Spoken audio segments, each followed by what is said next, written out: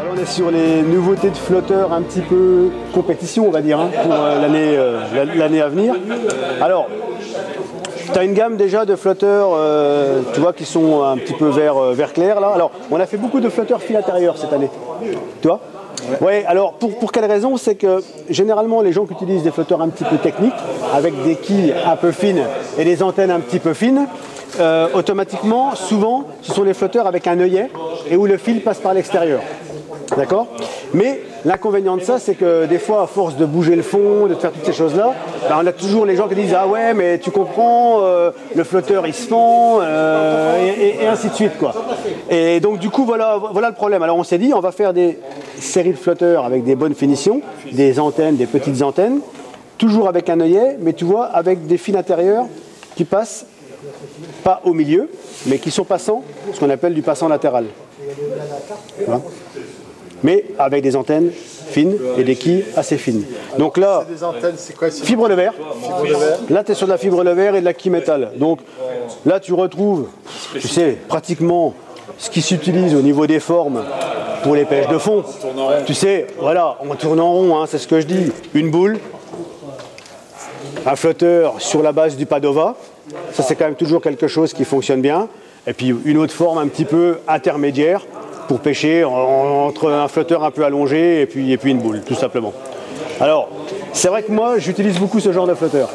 Le Padova, c'est quand même, pour moi, c'est pas la grande mode. Franchement, c'est un flotteur qui est super bien parce qu'il te permet d'avoir de la stabilité tout en ayant de la sensibilité. Le pêcheur qui veut pas s'acheter tous ces flotteurs, oui. C'est celui-ci que tu lui préconiserais? Ah oui, s'il veut pêcher dans une eau calme, hein, évidemment, en rivière. On parle du pêcheur étang, qui va 10 fois à la pêche. Canal, qui va 10 fois. Alors, évidemment, celui qui va un petit peu à la pêche, il n'a pas besoin d'acheter une antenne en fibre de verre toute fine et puis une quille toute fine. Hein. Il peut retrouver le même flotteur, si tu préfères, avec, je dirais, une antenne plastique un peu plus grosse et puis une plus grosse quille. Ou alors même le retrouver en version normale ou même en quille, en fibre de verre ou en carbone. Mais c'est la forme qui est importante. Mais tu prendrais cette forme-là? S'il n'y a qu'une forme à avoir pour pêcher le fond sur des profondeurs, on va dire, entre 2 mètres et 3,50 mètres, ce qu'on a à peu près, on va dire, là, dans les plans d'eau chez nous ou les canaux, c'est le flotteur qu'il faut. Voilà. Alors évidemment, après, il faut adapter la taille de l'antenne, bah, déjà à sa vision, à la visibilité aussi qu'il peut y avoir. Hein, ça ne sert à rien. Alors, oui, quand tu es en compétition, évidemment, c'est très utile. Après, quand tu pêches seul, tu as moins de problèmes. Tu sais, quand tu vas à la pêche tout seul, je veux pas dire... On en fait plein de ben voilà, tout fonctionne quelque part. Bon, après, il ne faut pas partir dans la démesure. Il faut avoir quelque chose quand même à peu près de cohérent. Ah, tu ne vas pas équilibrer ton flotteur à cet endroit-là, normal. Mais je dirais quand tu vas tout seul, tout va, quoi. C'est ça le problème d'ailleurs. Donc, là, j'essaye aussi dans cette vidéo de faire voir à celui qui n'a pas les moyens, qui n'a pas envie de savoir. Mais après, si tu préfères, voilà, il ne faut pas toujours confondre pêche de compétition et pêche au coup. Ça n'a rien à voir. Tu comprends? Après, quand tu commences à mettre 50, 60, 70 personnes l'un à côté de l'autre, évidemment, hein, le poisson, il est quand même plus difficile à prendre, plus difficile à mordre. Et il faut donc affiner un petit peu les antennes, affiner les tailles d'hameçon et ce que tu mets à l'hameçon. Mais autrement, quand tu vas tout seul, tout ça, ça n'existe pas. C'est pour ça que je dis, il ne faut pas tout confondre, il ne faut pas tout mélanger, pêche de compétition et pêche au coup. Mais là, j'essaie dans cette vidéo de parler des deux. Ouais, bah écoute, et on fait des flotteurs pour tout le monde en réalité. Tu vois bien. Alors après, c'est vrai que dans notre région, on est quand même plus utilisateur de quilles en métal pour les pêches que l'on a.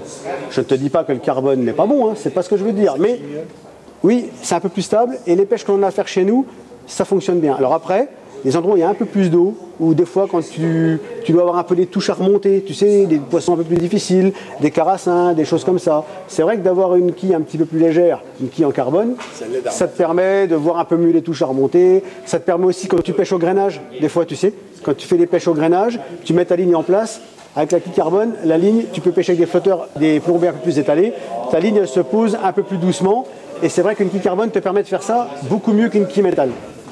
Tu vois? Mais là, on rentre quand même dans des choses un petit peu techniques et de pêche de compétition. Tu vois? Quand tu vas à la pêche tout seul, tu n'en as pas besoin, quoi. C'est tout. C'est comme ça. Il ne faut pas tout confondre. Hein. C'est ce que je disais tout à l'heure. Donc voilà. Donc en gros, tu retrouves à chaque fois, tu t'en aperçois, hein, tu retrouves à peu près les mêmes formes, sous différentes sous différentes natures de quilles ou natures d'antenne. Hein, là par exemple tu prends une boule, tu vois là on est sur de la quille carbone, hein, on est vraiment sur, ça ce sont les nouveautés en gros où on a fait, moi là où je suis vraiment content cette année c'est qu'on a fait des flotteurs avec des finitions quand même de compétition mais sur du fil intérieur. Et là, on va quand même un petit peu moins esquinter des flotteurs. Moi, Gilles, franchement, ce qu'il y a de gênant pour moi, désolé de le dire, dans les flotteurs du commerce, c'est le poids des flotteurs. Ah. Ce que je veux dire, c'est que tu m'annonces un 0,40. Des fois, ça peut faire 0,35 ou 0,45. Ouais. Oui. Alors ça dépend un petit peu. Ça dépend un petit peu des fabricants. Alors le truc qu'il y a, c'est que si tu préfères quand les flotteurs sont faits en balsa, en mousse, tu n'as pas le problème, parce qu'une mousse, c'est une mousse. Une mousse, elle a la même dureté, elle a la même densité. Donc, un flotteur en mousse, tu auras toujours l'avantage, au-delà du fait que ça soit imperméable, parce qu'en plus, ça ne prend pas l'eau, parce que souvent, la mousse, elle ne prend pas l'eau. Tu as aussi l'avantage qu'un flotteur de 0,40, il fera toujours 0,40. Tu comprends? Que sur le balsa, le problème qu'il y a, c'est que le bois de balsa, suivant l'endroit où ils prennent le balsa dans le bois, tu n'as pas la même densité. Donc là, tu peux avoir d'autres différences. C'est un petit peu l'inconvénient, hein, d'accord? Et un peu plus fragile. Alors ça, mais c'est pareil que pour le compétiteur, c'est important. Pour le pêcheur lambda, tout va bien. Oui. Mais tu es d'accord que quand il y a une différence, tu peux être persuadé de pêcher en 0,40. Et que tu pêches en 0,35. Voilà. Et tu comprends pas pourquoi le mec à côté de toi qui était en 0,40, ça peut faire des différences. Ça peut faire des différences, ouais. Bon, quand c'est comme ça, je passe sur du 0,60. Hein. Ça va bien aussi. Hein. Non, je pense, tu sais, au bout d'un moment, il ne faut pas non plus se torturer l'esprit, quoi. Ah, ça y est, ok, j'en suis là, ça y est. Voilà. Bon, après, je veux dire, il faut aussi, voilà. Après, moi, j'ai jamais équilibré mes flotteurs, me demander. Tu pêches vraiment avec. Ah bah écoute, chez Sensas, hein, au niveau des commerciaux et tout ça, que ce soit Jean, que ce soit Christophe, n'importe qui, ou Alexandre, ou même Maxime et tout, on n'utilise que. Qu'est-ce que tu vas utiliser cette année? Alors cette année, je vais monter ça. Donc, c'est pas vraiment une nouveauté en soi, mais c'est surtout l'aspect fin intérieur qui me plaît parce que je vais un petit peu moins esquinter mes flotteurs. Puis c'est une meilleure tenue peut-être, améliore un petit peu la tenue. Ouais, surtout, tu vois, ils ont été faits avec des micro-trous. Parce que des fois, tu sais, quand tu as des flotteurs fin intérieur qui ont un gros trou là, le problème c'est que des fois, tu as une espèce de petite bulle d'eau qui se fait et tu perds en sensibilité. Sur une petite antenne, sur une grosse antenne, tu n'as pas de problème. Donc ça, si tu préfères, je vais utiliser ça, c'est sûr. Je vais prendre la même chose en boule. Donc là, je suis dans les conditions de pêche où bonne visibilité, hein, d'accord, et où tu pêches des poissons de taille moyenne quand il faut pêcher un petit peu fin, un petit peu sensible. Profondeur, 3, 4, ouais, jusque 3,50 m de profondeur, voilà. Après, 1,50 m à... De 1,50 m à 3 m, 3,50 m. Après, le problème qu'il y a, si tu préfères, c'est que les tailles d'antenne, je vais dire c'est en fonction des poissons que tu recherches, mais oui et non quelque part. C'est surtout en fonction de la façon dont le poisson mord. Si le poisson mord facilement ou pas. Tu vois, et après, c'est aussi... tout ça, c'est en fin de compte, c'est un rapport qui doit être cohérent de l'hameçon jusque l'élastique. On va y arriver. Tu comprends? C'est parce que ça sert à rien d'utiliser ça, par exemple, tout fin comme ça, et puis d'y mettre un hameçon de 12, quoi. Aucun intérêt, quoi. Si tu utilises ce genre de flotteur, c'est parce que la pêche est difficile, donc c'est une ligne sensible, il faut que tu utilises l'hameçon qui va avec. Tu comprends? Et tu ne vas pas mettre non plus un élastique de 1,4 plein, quoi. Voilà. Tu vois, tout doit être quand même assez cohérent, et en fin de compte, c'est ce que je dis toujours. Au flotteur, je voudrais tout. Après, il faut aller... voilà, je dirais que... Tu sais, le problème de la pêche, c'est que chaque détail compte. C'est ça, en fin de compte, le truc. Et c'est l'accumulation de ces petits détails qui fait la différence. Voilà. C'est ce qui fait qu'un gars est capable, à la fin, d'avoir fait 200 poissons, et le gars à côté n'en avoir fait que 150. C'est ce que j'essaie de faire, et pas le bac. Faire voir aux gens qui comprennent. Et pas de dire, ah ouais, putain, j'avais le bac, ou j'ai pas le bac, ou je sais pas quoi. Enfin, tu vois, il faut aussi déjà se poser des questions de pêcheur. Tu vois, de dire, voilà, ce que j'ai, est-ce que c'est cohérent? Est-ce que j'ai la bonne longueur de bannière aussi? Parce que des fois, hop, je ferre, hop, je mets mal mon rouleau derrière, je donne un petit peu de mou, je décroche le poisson. Toutes ces choses-là, et ce qui fait qu'à la sortie, il te manque des poissons, quoi. C'est tout. Alors c'est pour ça, toi, donc moi je vais utiliser ça parce que ça couvre vraiment, voilà, c'est ce que je disais, ça je vais utiliser. Alors après je vais l'utiliser sous différentes tailles d'antennes, différentes tailles de quilles, et ainsi de suite, mais je vais rester quand même là-dessus. Ça va être vraiment ma base de flotteur que j'utilise toute l'année.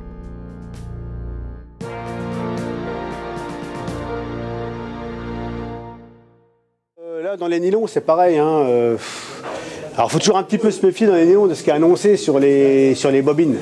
Tu comprends? Parce que bon, des fois tu as des choses un petit peu fantasques, hein, qui sont marquées, du style un 10 centième qui t'arrête un train en marche, quoi, hein, tu vois, donc voilà. Non mais il faut quand même, voilà, raison garder. Ce que je veux savoir, c'est ce que le soldat Gilles Godin va utiliser. Moi ce que j'utilise, c'est très simple, je me complique pas la vie, j'utilise qu'un seul nylon. Pour les cordes de ligne comme pour les bas de ligne.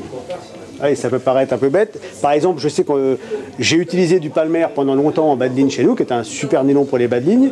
Et c'est vrai qu'aujourd'hui, je le fais plus. Hein, franchement, je ne le fais plus. Là, j'utilise pratiquement, hormis quelques lignes à carpe vraiment très très particulières, en 30 centièmes ou des choses comme ça, mais je n'utilise que du super compétition. C'est vraiment le nylon que j'utilise. Donc on est sur du monofilament japonais, hein, d'accord. Tous les nylons chez nous sont des nylons japonais. Aujourd'hui, c'est quand même ce qu'il faut. Les nylons de chez Toray, c'est quand même eux qui sont un petit peu les leaders sur hein, dans le nylon. Donc moi, j'utilise que ça. Alors, en fin de compte, dans les diamètres, j'utilise pour mes corps de ligne, pour tout ce qui est ligne classique canal du 10 centième, donc du 10,5. Après, quand j'ai besoin de lignes un peu plus costauds, je n'utilise pas de 12, j'utilise du 13. Pourquoi? Parce que quand tu pêches avec du 13 en corps de ligne, tu peux encore mettre du 12 en bas de ligne. Quand tu as les 12 en corps de ligne et que tu mets du 12 en bas de ligne, des fois quand tu accroches un petit peu au fond, tu peux aussi casser au nœud, voire même au-dessus du nœud, et ta ligne elle est morte. C'est pas grand chose, c'est un détail. Donc, mais voilà. J'utilise du 13, du 10, du 8,5 vraiment sur les lignes un peu de bordure. Tu vois, quand je dois monter des lignes un peu pour pêcher les petits poissons, des choses comme ça, je mets du 8,5. Et en fin de compte, ça s'arrête là. Après, bien sur les plats, ces choses-là, je monte des lignes, des nylons un peu plus costauds. Mais quand tu as déjà du 10 et du 13, pour faire des corps de ligne, pour les pêches de chez nous, attention, hein, je parle canot, étang, tu fais déjà du monde. Hein. Et en rivière, tu mettrais? En rivière, il faut mettre du 16,5. 14, 9, 16,5, ouais. Faut pas avoir peur. Pas avoir peur. C'est le bas de ligne qui est important, la ligne, le corps de ligne n'est pas très important.